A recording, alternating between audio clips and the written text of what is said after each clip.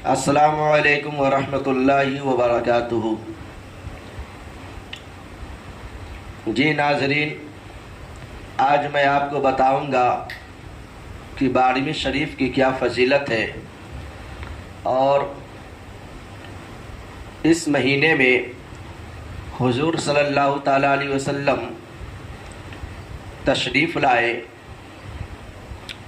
تو اس مہینے میں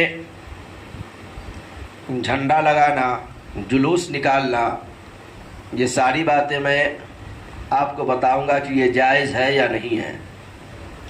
میلاد منانا، میلاد شریف کرنا، اس کی ثبوت کیا ہے اور یہ جائز ہے یا نہیں ہے، ساری باتیں میں قرآن و حدیث سے پیش کروں گا۔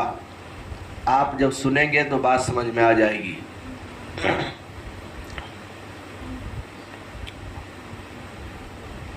قدرت نے مختلف اشیاء کو ایک دوسرے کے مقابل انفرادی طور پر شرف و فضیلت سے بہر کیا۔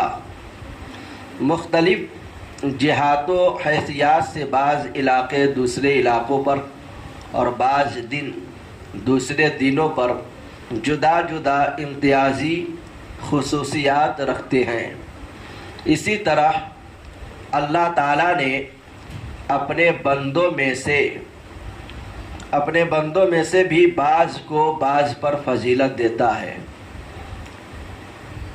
انبیاء و رسول میں سے بعض کو بعض پر فضیلت اور امتیاز بخشا ہے۔ ارشاد باری تعالی ہے، تِلْكَ الرُّسُلُ فَضَّلْنَا بَعْضَهُمْ عَلَى بَعْضٍ، یہ سب رسول جو ہم نے مبعوث فرمائے، ہم نے ان میں سے بعض کو بعض پر فضیلت دی۔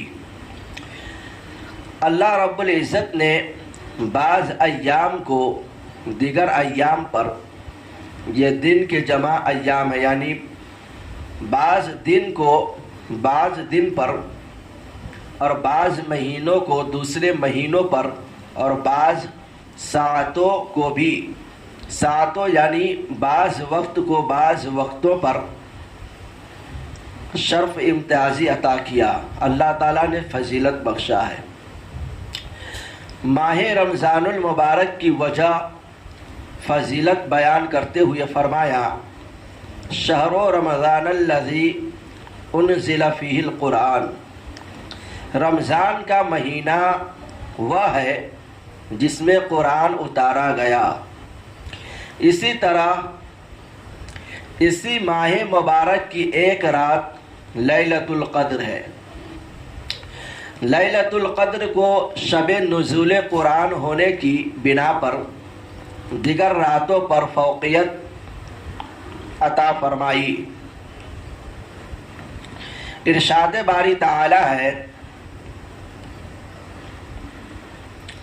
انا انزلناہ فی لیلۃ القدر، بے شک ہم نے اس قرآن کو شب قدر میں اتارا۔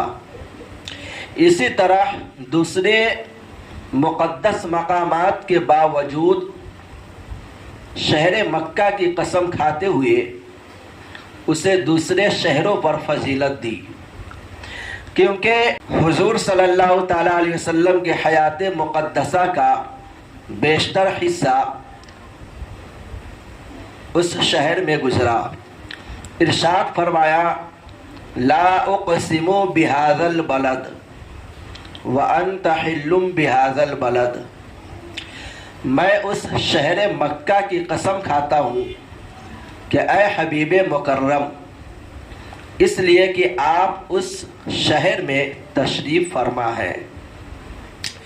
اسی طرح ایمان اور اسلام کے بعد انسانی معاشرے میں عزت و تقریب اور ایک دوسرے پر فضیلت و برتری کا معیار تقویٰ کو قرار دیا۔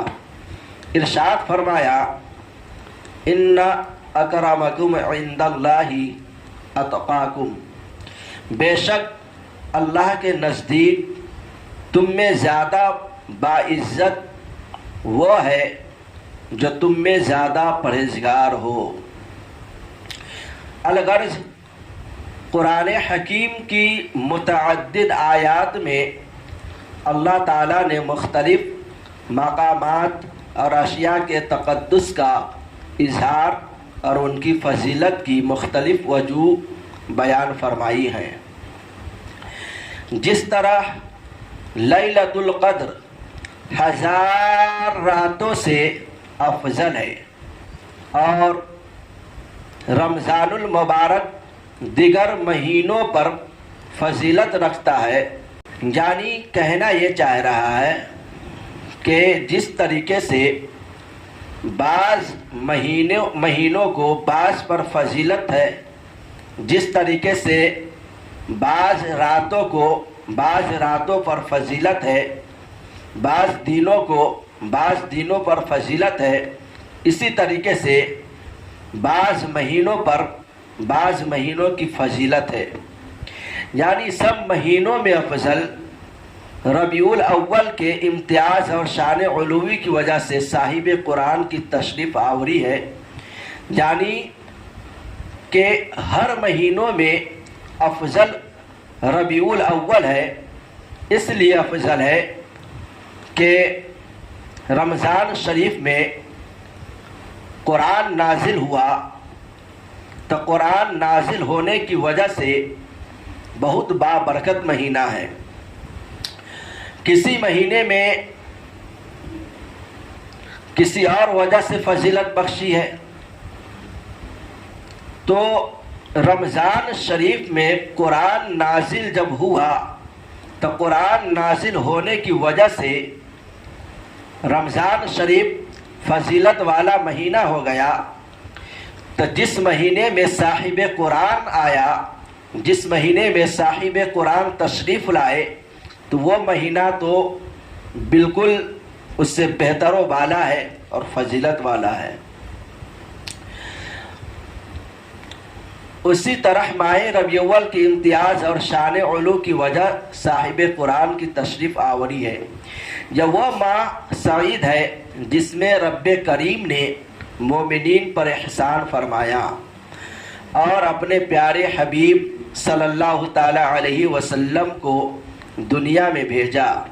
لہذا حضور نبی اکرم صلی اللہ تعالی علیہ وسلم کی ولادت باسعادت کے طفیل ربیع الاول سال کے دیگر مہینوں کے مقابلے میں نمایاں فضیلت و امتیاز کا حامل بن گیا.